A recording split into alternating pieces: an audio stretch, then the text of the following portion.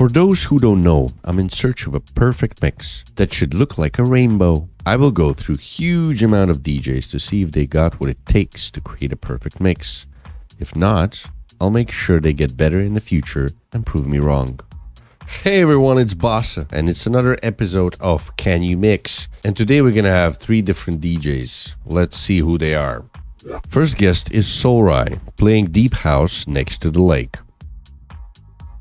Second DJ is Jacob Tompkins, playing house, deep tech in the restroom.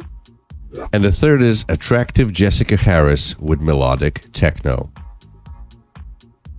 Before we continue, I would like to ask you to subscribe to this channel so I can create much more of the content like this. Okay, let's begin.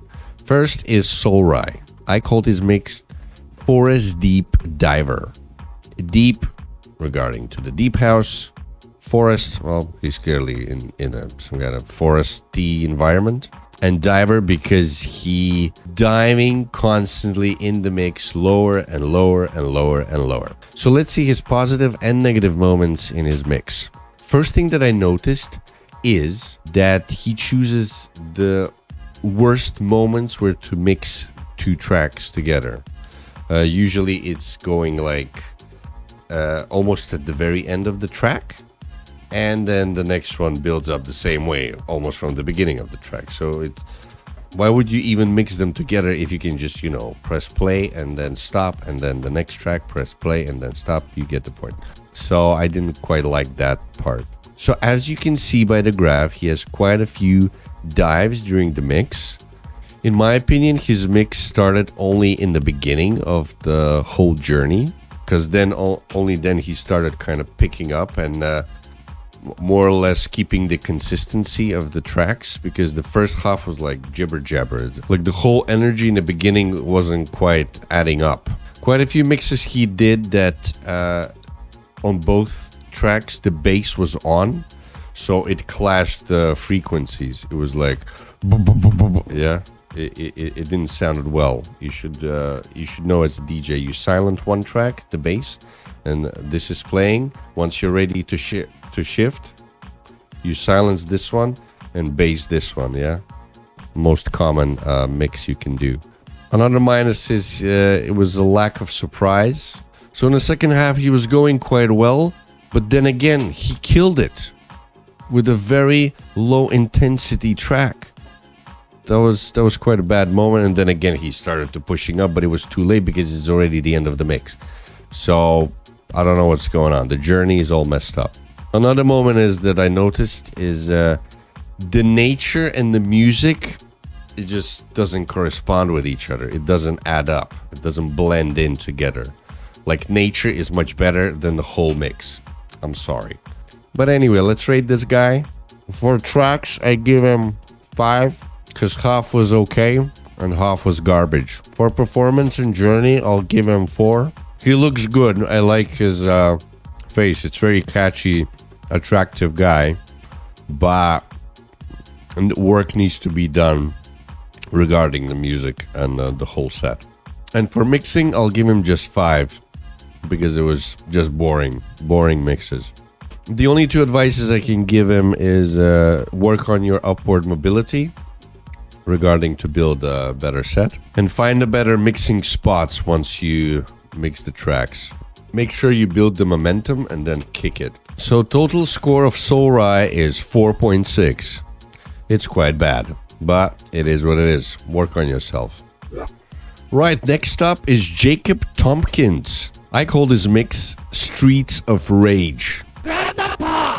It reminded me the same sounds from a game, so the whole mix is kind of related, brought me to back to those times of like movement of 80s, 90s disco type of thing. So here is his graph. My favorite moment was on 19th minute. He had a very nice gradual mix from one track to another, and they had different bass rhythms, and it kind of kicked me and like, woo, let's go baby, you got that, Jacob. The whole mix was more or less even. The peak was on minute 28. Loved the track. The positive moments is that he had good mixes, bringing the good vibes throughout the set. Absolutely amazing track selection. I love almost every single one.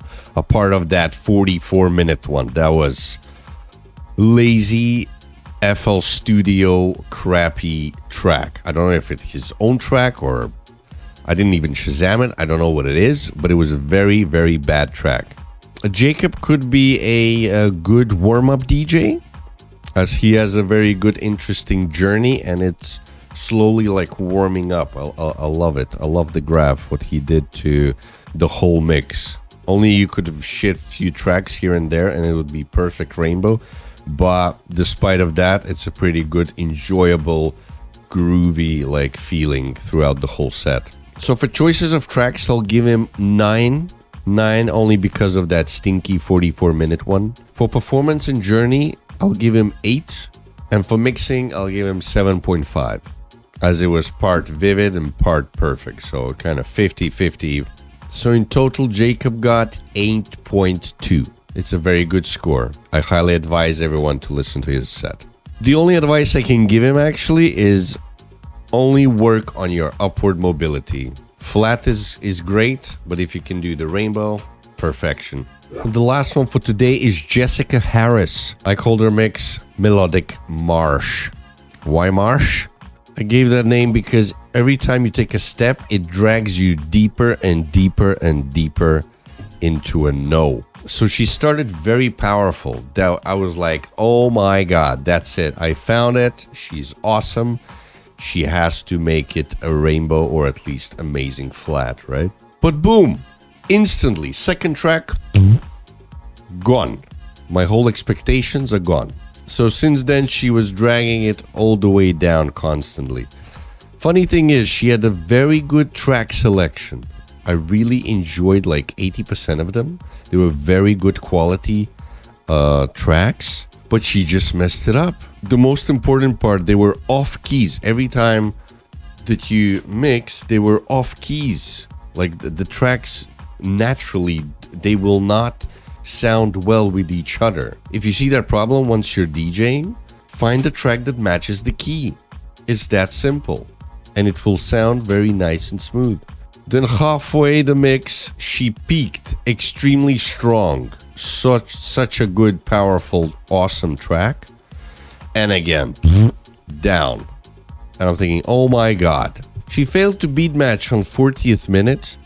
And as you can see by her posture, she was quite...